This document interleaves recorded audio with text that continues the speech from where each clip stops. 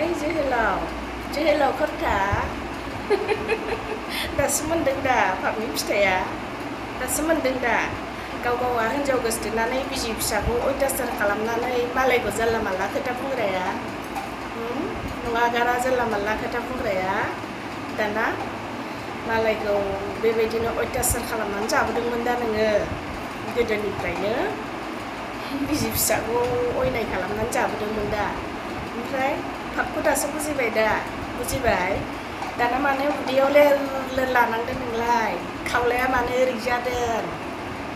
मोख्रा मोखां मानो जालांदों खानाया मानो ओरै जालायदों दासो बुजिदों दा पापा माबायदि नुबाय दा नुबाय माबायदि नोंखौ नुबा मिनिनो ओंखारो आं दाना हिन्जाव गोदायजों बिराद सान्थि जानोमोन दा नोङो मोनजाबाय दा बिराद सुखि सान्थि मोनजाबाय दा मोनजाबाय